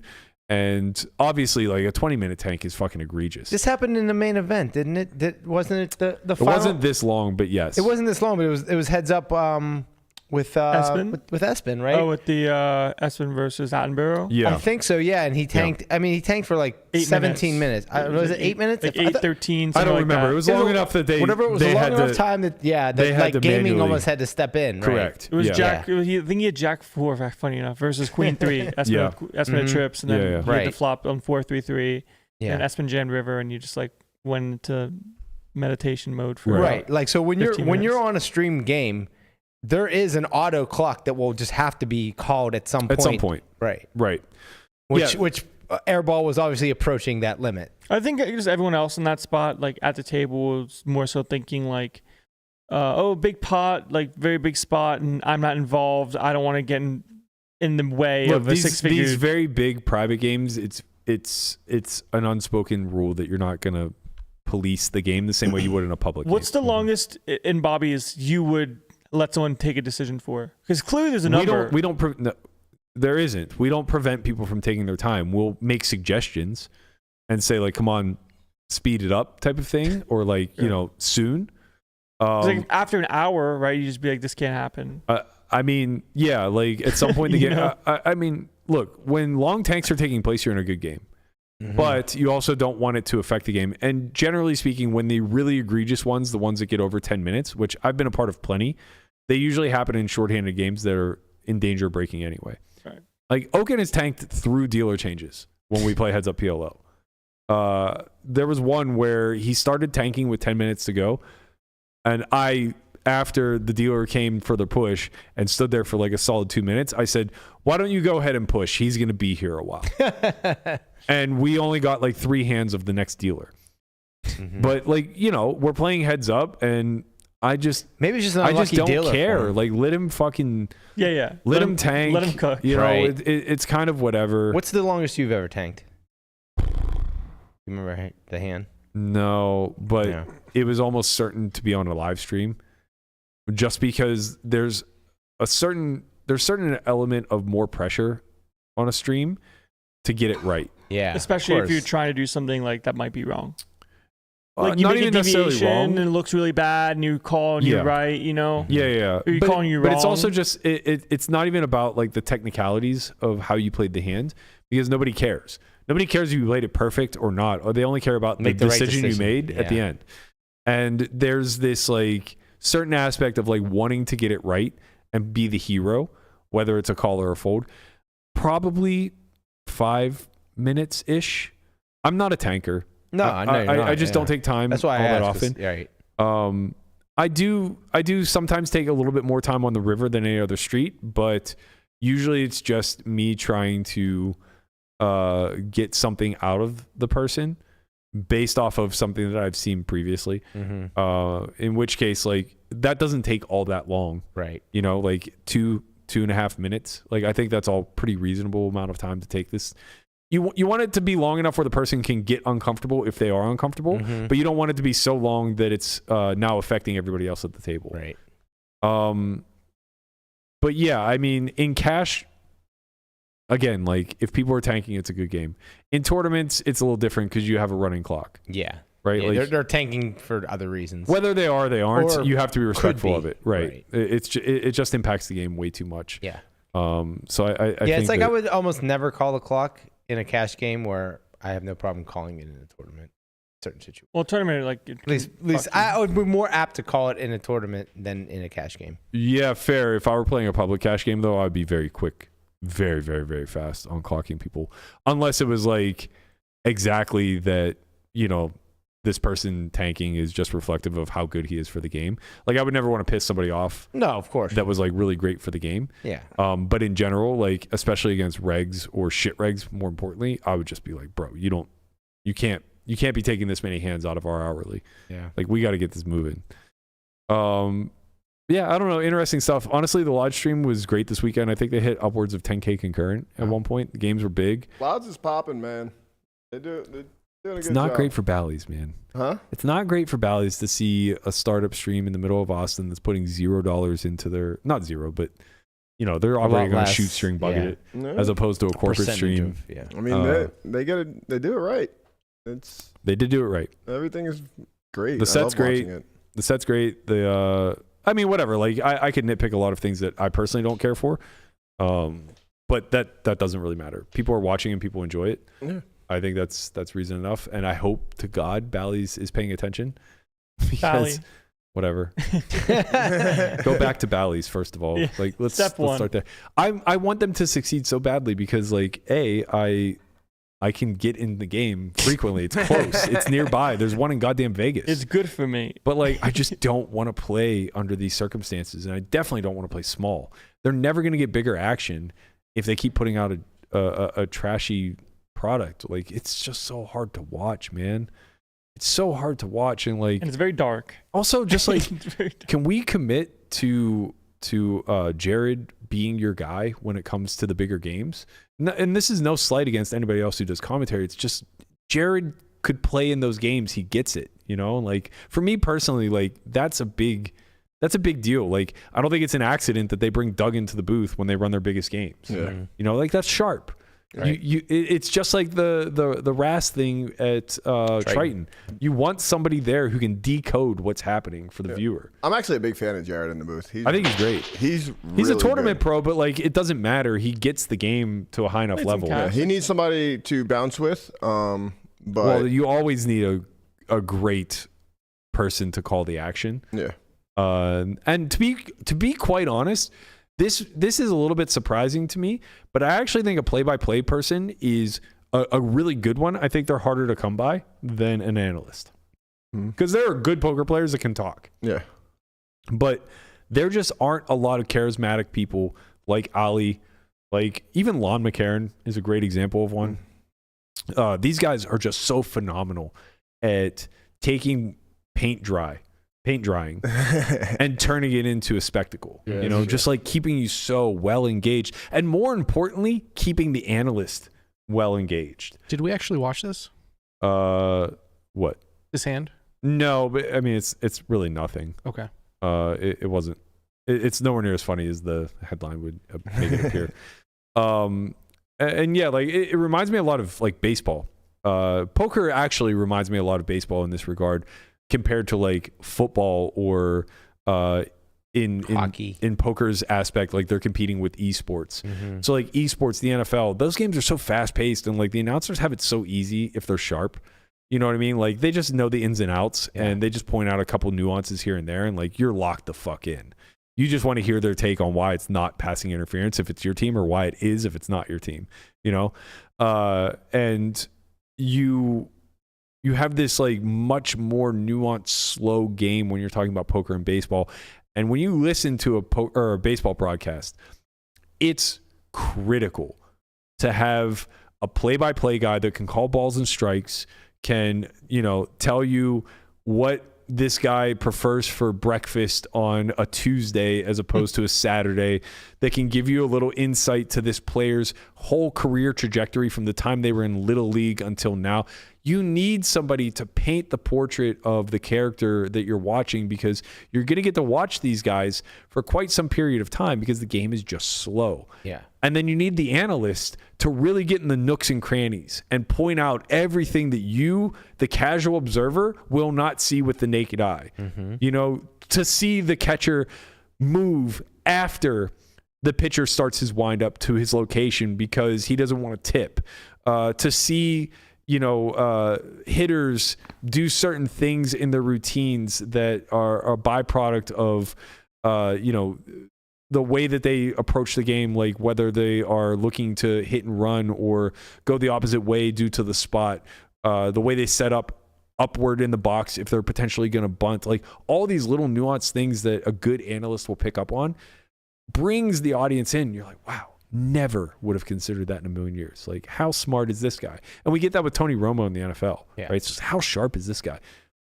That's what we get when we get a Rast in the booth, when we get a Nick Schulman in the booth, right? Like, those guys are able to point out the nuance in such a particular way that it's impossible not to engage with it. You're just like, oh my God, what a beautiful game that I just had no idea. I thought we were just flipping coins. I thought it was just going to be ace, king versus queens all day long. And we were just going to crown a winner when it was all said and done. But no, like, Nick has the way of like using this flowery language to like really romanticize one big blind C bet and a long decision for the person in the big blind who has 7 high. He can find a way to bring you in as the audience and make you fucking care about that. It's so critical, especially to these 5-day-a-week live streams. Like, the growth that will come off of that, if you're able to actually cultivate that type of duo in-house, if you could cultivate the next Lon McCarron and Norman Chad and Jamie Kerstetter in-house, if you could cultivate the next Jeff Platt, Brent Hanks, the next Ali and Schulman, the next Brian Rast and whichever Henry would be a great. And Will Jaffe. Will will get better, right? Like, he's just not there yet, but he will get better for sure. Will be on that short list. But if you can home grow that to where they have allegiance and loyalty, and your brand is better off for infinite. It's worth infinite to you, and also you get them on the cheap early, right? You get that building process for next to nothing, and then they get paid at the end. But it's good for the audience to feel like they're watching the stream, and they at the end of the stream, they feel like they learned something, right? Right. They're like, oh, I didn't think of the game this way. Right. Wow, there's way more to it than this. So, or even if it's just learning more about the person they're watching, that's worth a lot too. Yeah. But yeah, at the end of it all, I mean, I don't know how this turned into a commentator rant. It just tends to. Sometimes you didn't plan to take a beat, but then you take a beat. Hey, we took a beat. Let's wrap today with a reminder that tomorrow will be Twitter Tuesday. If you guys want to head over to our Twitter page, that's at onlyfriends_pod. You could answer this one. What poker term do you hate the most, and what should we call it instead? Would love to hear some spicy answers for this one. We're going to read all the best ones tomorrow. Don't forget, we do have an academy in May. We have 2 academies, actually. May 25th to the 28th. Sorry, the 23rd to the 25th will be the Cash Academy. May 27th to the 30th will be the MTT Academy, led by the one and only Matt Hunt. So don't forget to sign up for those if you guys are interested. And we'll leave you on a tank of our own. This is the season finale of Poker Out Loud Season 10, where I put young Josh in the bin. This was actually an 8.5 minute tank that we cut down to 60 seconds. So enjoy. We'll see you guys all tomorrow. Peace. Later, squad. 1200. We are going to jam. Players all in. Oh boy. Okay. So now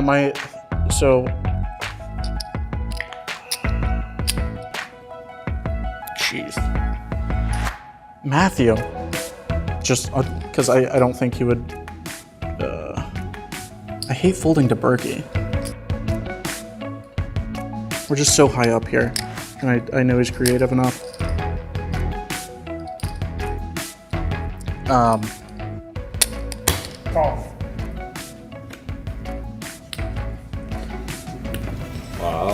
Nice call. I was in the pain chamber. Lamana, give me more money.